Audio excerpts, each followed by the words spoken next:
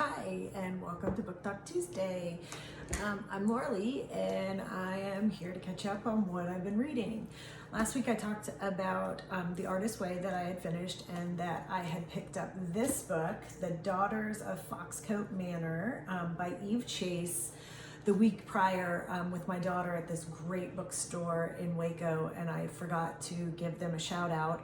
If you're ever in Waco, the Fabled bookstore is pretty awesome. Has a great cafe, teas that are named after great little books and great big books, all different kinds of books. But we had a great time there, and they had a table set up for book blind dates.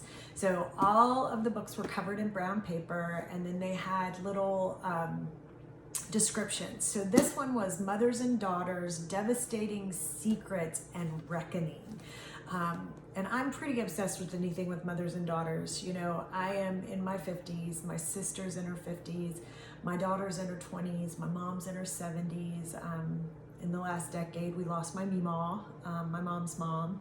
And those relationships and how complicated and beautiful they can be.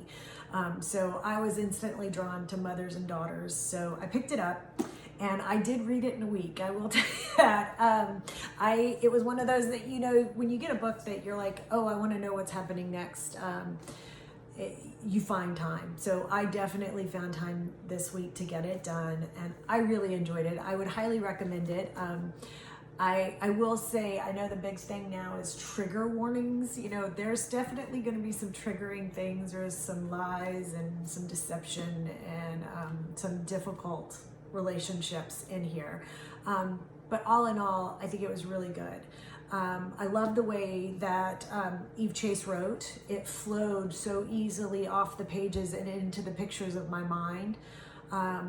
And the women, it's chocked full of really flawed and imperfect women that you can't really help but to root for and think, okay, they're gonna figure this out, or, ooh, I know they did something really bad. I just need to figure out exactly what it is and how they're gonna deal with it now.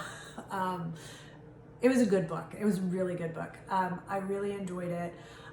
One of the takeaways I got from it really is, especially when thinking about mothers and daughters and relationships, for me, this really spoke to home of the fact that we tend in our relationships, especially between mothers and daughters, to expect perfection from not only our mothers or daughters, but from ourselves to be the perfect mother or be the perfect daughter. And really that leads to nothing but heartache, and the importance of that moment in your growth when you realize that not only is your mother a human, you're human, and your child is human, and none of you are perfect, and you all do the best you can and accept each other for who you are. And that's not always an easy lesson for mothers and daughters. There's just something tricky about those. But I would highly recommend The Daughters of Foxcote Manor.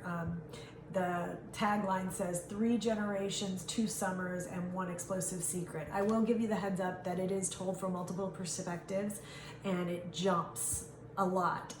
Timelines back and forth. It's over different decades.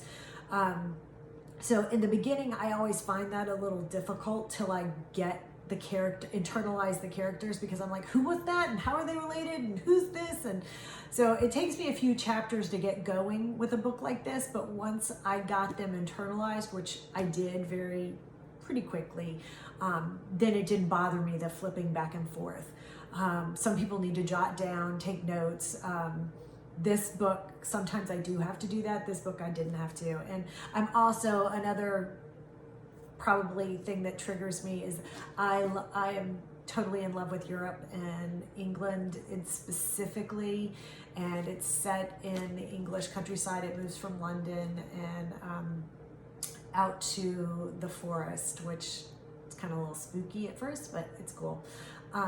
So I hope you enjoy it, and just a heads up of what I'm working on for next week. I did create a book box. When I taught elementary, those of you that know me know I taught elementary school for many years, And one of the things I always had for my students was book boxes, because I felt like you shouldn't just have one book, you should have several, because different days you're in different moods, you want to read different things. So here is, I have a to be read pile, to be read shelves all over the house. I have books all over the house. But the book box is basically books that I've started or I'm getting ready to start, so that when I go to, okay, I'm taking some time, I'm going to go find a book and go sit outside, or, well, it's really hot here in Texas, so not a lot of sitting outside unless I'm sitting in the pool reading, which I have figured out how to do. So one thing I pointed out to you last week was the Pages and Company book, which I love, and I had started it a while ago and just kind of hadn't finished it, and it's a really cute middle grade book.